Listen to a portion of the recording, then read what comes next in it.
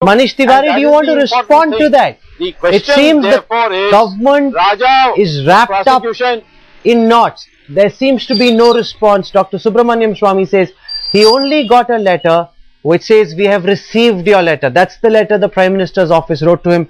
Surely, as an eminent lawyer yourself, you will not argue that that is a substantive response. Explain to our viewers why you believe that is. Go on, Dr. Swamy. If Dr. Subramaniam Swamy has completed his articulation, may I just very humbly submit that if he has completed his assertion, may I just very humbly submit that Dr. Subramaniam Swamy and I were on another channel exactly 15 minutes ago, and from the sound which I can hear, he is probably driving back home. There seems to be a point of distinction.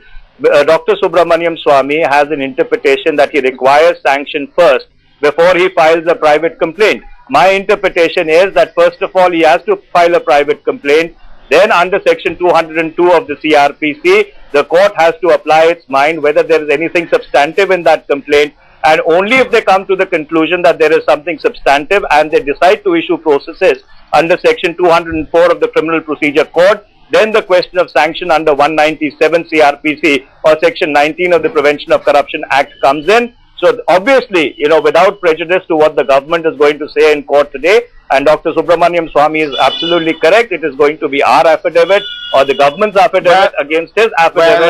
But I do hope all these issues will play themselves out in a court of law. Okay, Dr. Subramaniam Swamy wants to respond to you, Manish. One more thing. May I stop him in his tracks? May I stop him in his tracks here? Dr. Swamy, may I just complete?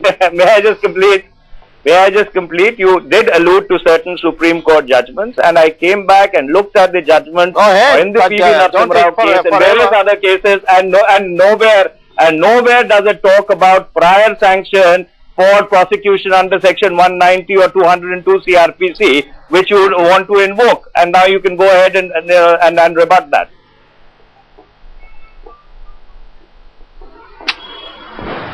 Well, first of all, Mr. Manish Tiwari should go and talk to his Solicitor General, because the Solicitor General should have made this argument.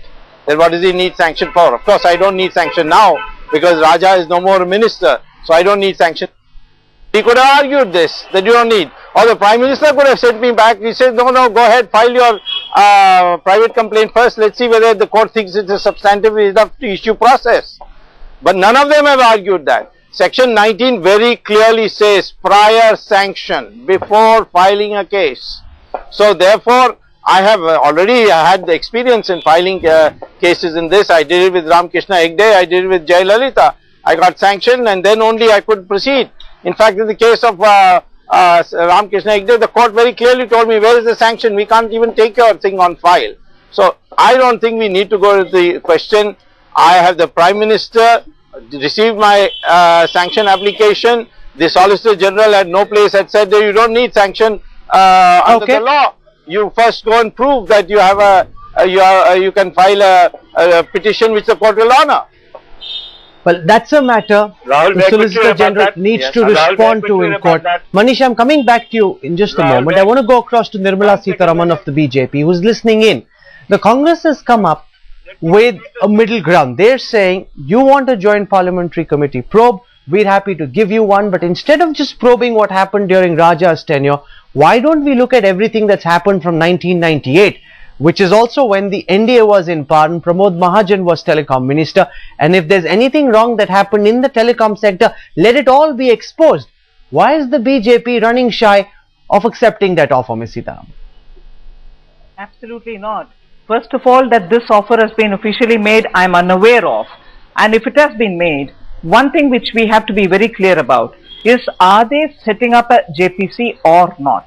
The intention will have to be first stated, and only then will you talk about the terms of reference. Are you kite flying? Is the government trying to just test the waters to see if this is agreeable, then we'll come for a JPC, or else not? The scandal of this proportion the country has never heard.